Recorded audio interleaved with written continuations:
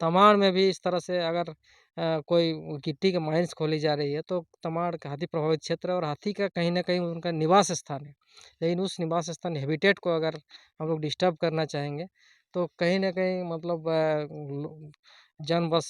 जनबहुल area बस्ती में हाथी को प्रभावित होते हुए देख सकते हैं हम, क्योंकि हाथी कहीं न कहीं उनके निवास को अगर डिस्टर्ब करेंगे, तो वो फिर दूसरी तरफ मतलब बस्ती तरफ वो मूव।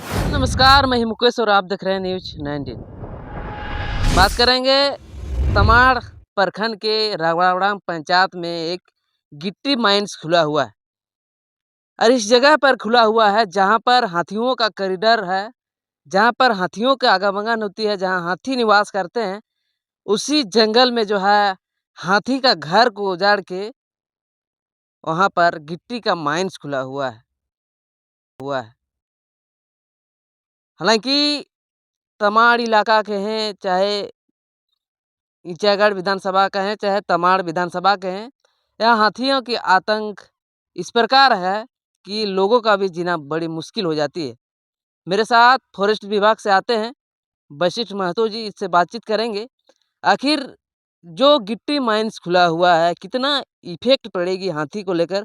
जहाँ पर हाथी रहते हैं वहाँ पर अगर हाथी का घर को उजाड़ के वहाँ पर गिट्टी माइंस खोला जाएगा तो हाथी रहेंगे कहाँ? सबसे पहले वशिष्ठ जी क्या कुछ कहेंगे इस मुद्दा को लेकर, जहाँ पर हाथी का निवास रहते हैं, जहाँ हाथी का कॉरिडोर, जहाँ पर हाथी का आगमन होती है, वहाँ पर अगर गिट्टी माइंस खोला जाएगा तो कितना इफेक्ट पड़ रहा है?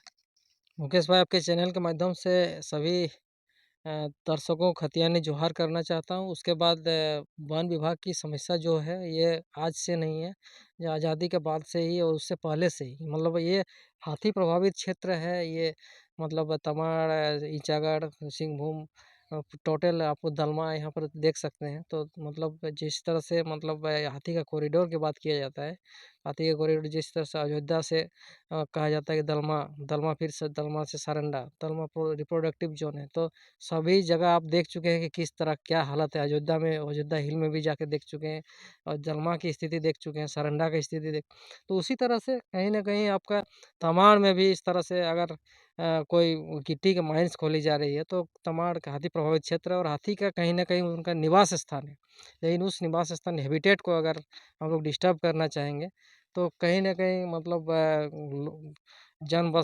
जनबहुल एरिया बस्ती में हाथी को प्रभावित होते हुए देख सकते हैं हम, क्योंकि हाथी कहीं न कहीं उनके निवास को अगर डिस्टर्ब करेंगे, तो वो फिर दूसरी तरफ मतलब बस्ती तरफ वो मूव करेंगे और फिर बस्ती तरफ मूव करने से फिर पब्लिक को दिक्कत होगा। तो फिर पब्लिक फिर भगाने के लिए कहेंगे।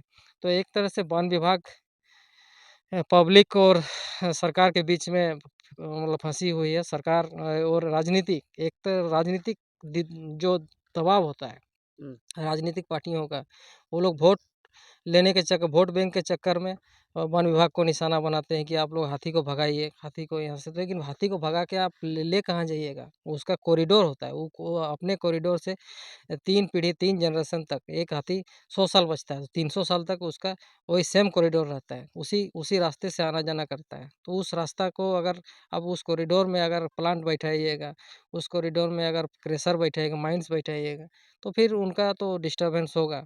फिर उनका डिस्टर्बेंस जहाँ होगा तो फिर हाथी भटक जाएगा, फिर भटक के फिर कहाँ जाएगा, किसका घर गाँव तोड़ेगा? की ओर आ जाएँगे ना? गाँव की ओर आ जाएँगे। तो ये चीज़ हो रहा है, सभी कोई समझ रहे हैं, फिर भी फिर से वही मतलब सरकार के पास चुनौती है कि मैया सम्मान को योजना को कैसे हम लोग फुलफ़िल करेंगे। मैया सम्मान योजना का जो करोड़-करोड़ रुपया बाँटी जा रही है, वो वोट बैंक के चलते, वोट बैंक के चक्कर में। तो उसके चलते कहीं न कहीं अब इस मतलब यहाँ के प्राकृतिक संसाधनों का लगातार दोहन किया जा रहा है और अ, उसी क्रम में यहाँ के खनिज संसाधनों का दोहन किया जा रहा है, खनिज संसाधनों का खनन किया जा रहा है और उसी उसी के अंतर्गत आपका ये माइंस जो भी गिट्टी माइंस आप वो का बात कर रहे हैं, वो उसे एक तरह से निर्माण किया जा रहा है। चलिए, बहुत-बहुत धन्यवाद।